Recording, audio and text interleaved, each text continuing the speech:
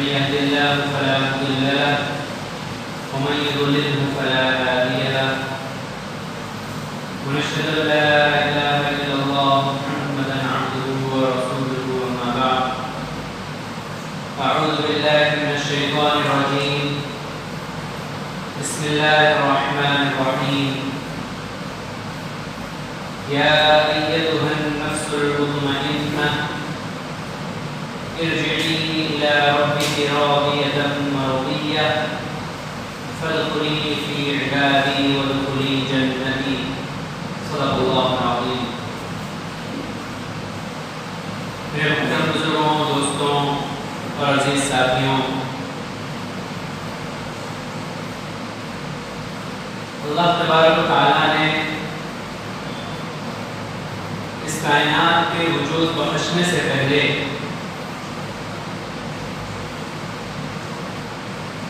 ہماری روحوں کو جنت میں رکھا تھا، اور قرآن کی آیت کے مطابق اللہ تبارک و تعالیٰ نے ہمیں اس دنیا میں بھیجنے سے پہلے تمام روحوں کو اکٹھا کیا تھا، جمع کیا تھا، اور تمام روحوں سے، چاہے وہ انسان کی ہو چاہے جنات کی ہو، تمام مخلوقات کی روحوں سے اللہ تبارک و تعالیٰ نے ایک سوال کیا. کیا تھا وہ سوال؟ اللہ تبارک و تعالیٰ نے تمام روحوں سے پوچھا تھا کہ الست بربکم، کیا میں تمہارا رب نہیں ہوں؟ تو تمام روحوں نے اکٹھا جواب دیا تھا کہ قالوا بلا، کیوں نہیں، آپ ہی تو ہمارے رب ہیں. چاہے وہ مومن کی روح ہو، چاہے وہ کافر کی روح ہو، چاہے وہ بت پرست کی روح ہو، چاہے وہ آتش پرست کی روح ہو، چاہے وہ خدا کے نہ ماننے والوں کی روح ہو، تمام روحوں نے یہ اللہ تبارک و تعالیٰ کو جواب دیا تھا کہ آپ ہی تو ہمارے رب ہیں. لیکن اس عہد کو انسانیت نے بھلا دیا، اللہ کے اس عہد کو انسانوں نے بھلا دیا.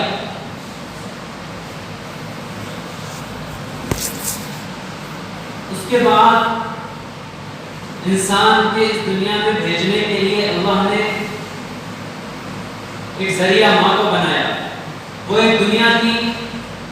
جب اللہ نے روحوں کو اکٹھا کیا اور پوچھا تھا، ایک دوسرا مرحلہ اللہ تبارک و تعالیٰ نے انسان کو اس دنیا میں بھیجنے کے لیے ماں کا پیٹ بنایا کہ انسان ایک عورت کے پیٹ سے پیدا ہوتا ہے، اس کی نشو و نما عورت کے پیٹ میں ہوتی ہے، اس کو غذائیت وہاں پر پہنچائی جاتی ہے، اس کی آکسیجن کا اللہ تبارک و تعالیٰ انتظام کرتا ہے. الغرض ماں کا پیٹ بچے کے لیے ایک مکمل دنیا ہوتی ہے، ایک نظام ہوتا ہے جس میں بچہ پرورش پاتا ہے، پروان چڑھتا ہے. اس کی 9 مہینے کی زندگی ماں کے پیٹ میں گزرتی ہے. اس سے متعلق جتنی ضروریات ہیں اللہ تبارک و تعالیٰ وہ ساری مکمل کرتا ہے. یہ اللہ کا نظام ہے. بالفاظ دیگر اگر یہ کہہ دیا جائے کہ پیدائش سے پہلے بچے کی ایک مکمل دنیا ماں کا پیٹ ہوتی ہے. ذرا سی دیر کے لیے تصور کریں اور یہ خیال کریں کہ اگر اللہ تبارک و تعالیٰ اس بچے کو اگر سمجھ آتا فرما دے، ماں کے پیٹ میں بچے کو سمجھ دے دی جائے اور اس کو وہاں پر یہ سوال کیا جائے کہ بھائی کچھ دن تمہیں یہاں رہنا ہے، اس کے بعد تمہیں یہاں سے منتقل ہونا ہے، دنیا میں آنا ہے، تو اپنی اس کی سمجھ کے حساب سے اسے یہی لگے گا کہ بھائی میری اتنی خوبصورت دنیا ہے، مجھے یہاں رزق بھی مل رہا ہے، مجھے یہاں سانس لینے میں بھی پریشانی نہیں، میری ہر ضرورت یہاں پر پوری ہو رہی ہے، تو ضرور یہ میرا دشمن ہے، مجھے یہاں سے نکالنے کی بات کرتا ہے. اگر بچے کو سمجھ دے دی جائے تو اسے یہی محسوس ہوگا کہ اس سے بڑی دنیا میں کچھ ہو سکتی ہے. حالانکہ وہاں پر اس کے نہ صحیح سے پیر پھیلتے ہیں، نہ صحیح سے ہاتھ پھیلتے ہیں، لیکن اس کا یہی تصور ہوگا کہ یہ میرے ساتھ دشمنی کر رہا ہے اور میری اس خوشنما زندگی کو، میری اس اچھی جگہ سے مجھے پتہ نہیں کہاں پہنچانے کی بات کر رہا ہے. کیونکہ اس نے دنیا اتنی ہی دیکھی. اس سے آگے کی دنیا کا اس علم نہیں ہے. اگر اسے بتایا جائے کہ بھائی تم جس دنیا میں آنے والے ہو وہ دنیا بڑی وسیع ہے، اس دنیا میں بڑی خوشنما چیزیں ہیں، اس دنیا میں اللہ کی بڑی بڑی نعمتیں ہیں، اللہ نے اس دنیا کو بڑا خوبصورت بنایا ہے، تمہیں وہاں جا کر بڑا اچھا لگے گا، تو وہ یقین نہیں کرے گا، کیونکہ اس دنیا کا اس کے ذہن میں تصور کچھ نہیں. بالکل اسی طرح کی مثال ہے کہ ہم اس جو دنیا میں رہ رہے ہیں یہ اللہ کی جنتوں کے مقابلے میں، یہ اللہ کی جہنم کے مقابلے میں اس دنیا کی حیثیت اس ماں کے پیٹ کی حیثیت کے مقابلے میں، یعنی کہ اس کائنات میں اگر ایک ماں کے پیٹ میں بچہ پل رہا ہے تو اس پیٹ کی کیا حیثیت ہے؟ بہت مختصر ہے وہ تو اس دنیا کے حساب سے، اس سے کہیں زیادہ مختصر یہ دنیا ہے اللہ تبارک و تعالیٰ کی جنت اور اللہ تبارک و تعالیٰ کی جہنم کے اعتبار سے. خود قرآن کی آیت میں دنیا کی مثال پیش کرتے ہوئے اللہ تبارک و تعالیٰ نے فرمایا مثلا ما بعوضہ فما فوقہا، کہ یہ دنیا تو مچھر کے پر کے برابر ہی ہے، اس سے کچھ بڑی اللہ کی نظر میں. اور کائنات کی وسعتوں کو بھی اگر تلاش کیا جائے آج کے سائنس کے حساب سے تو یہ دنیا بہت مختصر ہے، بہت چھوٹی سی جگہ ہے. اب جب ہم سے اللہ کے نیک بندے، اللہ کے انبیاء، اللہ کے رسول اللہ کی اطلاعات پہنچاتے ہیں اور ہم سے یہ کہتے ہیں کہ یہ جو مختصر سی دنیا ہے جس میں تمہارا گزارا ہو رہا ہے، اس دنیا سے گزرنے کے بعد تمہیں ایک اگلی دنیا میں جانا ہے، تو ہمیں بھی یقین نہیں ہوتا. ہم یہ کہتے ہیں کہ صاحب اتنی وسیع و عریض دنیا ہے، یہاں اللہ نے مجھے اتنی دولت سے نوازا ہوا ہے، یہاں تو میرے پاس زندگی گزارنے کی ہر عیش کی چیز ہے، ہر آرام دہ چیز میرے پاس میسر ہے، میں تو اتنا رتبے والا ہوں، میں اتنا مقام و مرتبے والا ہوں، ہر آسائش کی چیز میرے پاس میسر ہے. اور انسان یہ گمان کرتا ہے کہ یہی سب کچھ ہے، اس کے بعد کچھ نہیں ہے. اب اسے پتا کیسے چلے گا کہ اس کے بعد بھی بہت کچھ ہے؟ تو وہ پھر پتا چلے گا اللہ کے بھیجے ہوئے بندوں کے ذریعے سے، اللہ کے بھیجے ہوئے احکامات کے ذریعے سے، اللہ کی دی ہوئی خبروں کے ذریعے سے. اور وہ خبر لے کر کون آتا ہے؟ وہ انبیاء علیہ السلام لے کر آتے ہیں. انہوں نے دنیا کو یہ بتایا کہ اس دنیا کے بعد بھی ایک دنیا ہے جو ہمیشہ ہمیشہ کی دنیا ہے، اصل دنیا وہی ہے. یہ تو امتحان کا ہے، یہ تو چند لمحے گزارنے کے لیے، چند وقفہ گزارنے کے لیے اللہ تبارک تعالیٰ نے تمہیں یہاں بھیجا ہے. کل قیامت کے دن جب انسان سے سوال کیا جائے گا کہ تم دنیا میں کتنا وقفہ رہے، تو وہ کہے گا اللہ کچھ وقفہ رہے، ایک آدھ دن کے لیے گئے تھے دنیا، وہ سب بھول جائے گا یہاں دنیا کو. اب اس کا یقین جب ہی ہو سکتا ہے کہ اس دنیا کے بعد بھی ایک دنیا ہے جو ہمیشہ قائم رہنے والی ہے. یہ یقین جب ہی ہو سکتا ہے جب ایمان نصیب ہو. ایک کافر کو، ایک غیر کو، ایک بت پرست کو، ایک شریعت اور دین کو نہ ماننے والے کو یہ کبھی نہیں سمجھ آ سکتا کہ اس دنیا کے بعد بھی ایک دنیا ہے جو فانی نہیں ہے. اور جیسے بچہ ماں کے پیٹ سے دو حالتوں میں سے ایک حالت میں نکلتا ہے، یا تو وہ صحت مند اور تندرست ہو کے نکلتا ہے، تو کیا ہوتا ہے کہ تمام خاندان والے خوشیاں مناتے ہیں، اس کا باپ بھی خوش ہوتا ہے، اس کی ماں بھی پھولے نہیں سماتی، اس کے خالہ، پھوپھا، چچا سب خوش ہوتے ہیں کہ اللہ تبارک و تعالیٰ نے ان کو نعمت عطا کی ہے.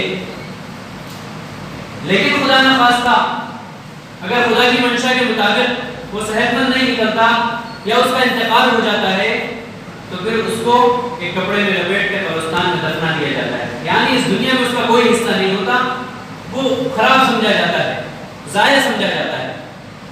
بالکل ایسی ہی مثال ہماری ہے کہ اگر ہم اس دنیا میں زندگی گزاریں گے اور ان قوانین کے مطابق گزاریں گے جن قوانین کے مطابق آخرت میں فیصلہ ہونا ہے، یعنی اللہ کے بتائے ہوئے احکامات کے مطابق گزاریں گے، اللہ کی منشا کے مطابق جئیں گے، تو پھر یقیناً اللہ تبارک و تعالیٰ کے یہاں ہمارا استقبال ہوگا، ہمیں جنتیں نصیب کی جائیں گی، ہمیں حوریں دی جائیں گی، ہمیں غلمان دیے جائیں گے، اور اللہ تبارک و تعالیٰ طرح طرح کی نعمتوں سے ہمیں نوازے گا۔ لیکن شرط اس کی کیا ہے کہ ہم اچھی حالت میں یہاں سے جائیں۔ جیسے دنیا میں ایک بچے کا انتظار کیا جاتا ہے، ایسے ہی اس سے زیادہ ہمارا وہاں انتظار کیا جا رہا ہے۔ ہمارے نوکر لگے ہوئے ہیں جنت میں، اگر ہم خدا کے قانون کے مطابق زندگی گزار کے جائیں گے تو وہاں ہمیں ہاتھوں ہاتھ دیا جائے گا۔ اور ایسا نہیں ہے کہ میں اپنی باتیں بتا رہا ہوں، قرآن کی آیات سے استدلال ہوتا ہے کہ یا ایتھا النفس المطمئنہ، کہ اللہ کے خواہشات کے مطابق زندگی گزار کے آنے والوں تمہارا استقبال ہے۔ ارجعی الی ربک راضیۃ مرضیہ، کہ تم لوٹے ہو اللہ کو راضی کرنے والے بن کے، تو اب تمہارے ساتھ بھی رضامندی کا معاملہ کیا جائے گا۔ فادخلی فی عبادی، جاؤ میری جنت میں داخل ہو جاؤ، وہاں بندے تمہارا انتظار کر رہے ہیں، وہ لوگ تمہارا انتظار کر رہے ہیں جو ایمان کی حالت میں تم سے پہلے آ چکے ہیں۔ تمہاری جنتیں جس کا ہم نے تم سے وعدہ کیا ہے، وہ جنتیں، وہ باغات، وہ محلات تمہارا انتظار کر رہے ہیں۔ وادخلی جنتی، اور جنت میں داخل ہو جاؤ اور ہمیشہ ہمیشہ وہاں رہو۔ اور اگر خدا نہ خواستہ خدا کے احکامات کے مطابق زندگی نہیں بسر کی، خواہشات کے مطابق زندگی گزارتے رہے، یہ تصور کیا کہ نعوذ باللہ یہ دنیا ختم ہونے کے بعد کچھ نہیں ہونے والا، بس جینا ہے اور سانس ختم ہونے کے بعد سب کچھ ختم ہے، جیسا کہ کفار کا عقیدہ ہوتا ہے۔ وہ اپنے جنازوں کو اور میتوں کو اسی لیے جلاتے ہیں کہ ان کا گمان یہ ہوتا ہے کہ جب ہم نے خاک بنا دیا اور خاک بنا کے بہا دیا تو پھر اس کو کون اکٹھا کر سکتا ہے۔ حالانکہ اللہ تبارک و تعالیٰ کا اعلان ہے کہ جس نے بغیر کسی چیز کے تمہیں وجود بخش دیا، اتنا خوبصورت وجود بخش دیا، تو پھر کیا وہ ذات اس بات پر قادر نہیں ہے کہ دوبارہ سے تمہاری خاک کو بھی وہ اکٹھا کر لے؟ بلکہ قرآن کی آیات کے مطابق، اللہ کے احکامات کے مطابق تو اللہ تبارک و تعالیٰ صرف اور صرف حکم دے گے کہ کن فیکون، یعنی اللہ تبارک و تعالیٰ کہیں گے کہ ہو تو ہر چیز ہو جائے گی۔ آج بھی اللہ کا وہی قانون ہے، اور آخرت میں بھی اللہ صرف کن کا حکم فرمائیں گے اور چیز جو کی تو تیار ہو جائے گی۔ مسئلہ اگر ہے تو یقین کا ہے، مسئلہ اگر ہے تو بات ماننے کا ہے۔ جس کے دل میں یقین پیدا ہو جاتا ہے تو پھر دنیا کی حیثیت اس کی نظر میں مچھر کے پر کے برابر ہو جاتی ہے۔ ایک بڑا خوبصورت واقعہ یاد آ گیا کہ ابراہیم بن ادم رحمۃ اللہ علیہ بہت بڑے بزرگ گزرے ہیں۔ بلد نامی شہر کے بادشاہ تھے، ایک ملک کے بادشاہ ہوا کرتے تھے۔ وہ اپنی مسند پر بیٹھے ہوئے تھے، ایک بزرگ ان کے دربار میں آ گئے اور کہنے لگے کہ یہ سرائے زیادہ اچھا نہیں ہے۔ سرائے کہتے ہیں کہ چوراہے جو پہلے سفر کرنے والوں کے لیے بنائے جاتے تھے کہ آدمی کچھ وقفے کے لیے رکا، اپنے کھانے پینے کا انتظام کیا اور اپنی تھکن کو دور کیا اور وہاں سے چل دیے، اس کو سرائے کہا جاتا تھا۔ وہ بادشاہ کے محل میں آ کر اس کی مسند کو کہتے ہیں کہ یہ سرائے زیادہ اچھا نہیں ہے۔ وہ کہنے لگے کہ یہ میرا شاہی محل ہے، تم توہین کرتے ہو، اس کو سرائے کہتے ہو۔ کہنے لگے کہ تم سے پہلے یہاں کون بیٹھتا تھا؟ کہنے لگے میرے والد بیٹھتے تھے۔ ان سے پہلے کون بیٹھتے تھے؟ میرے دادا۔ ان سے پہلے میرے پردادا۔ شاہی خاندان تھا۔ کہنے لگے تمہارے بعد کون بیٹھے گا؟ کہنے لگے میرا ولی عہد بیٹھے گا۔ کہنے لگے پھر یہ تو سرائے ہوا نا، تمہارا محل کہاں ہوا؟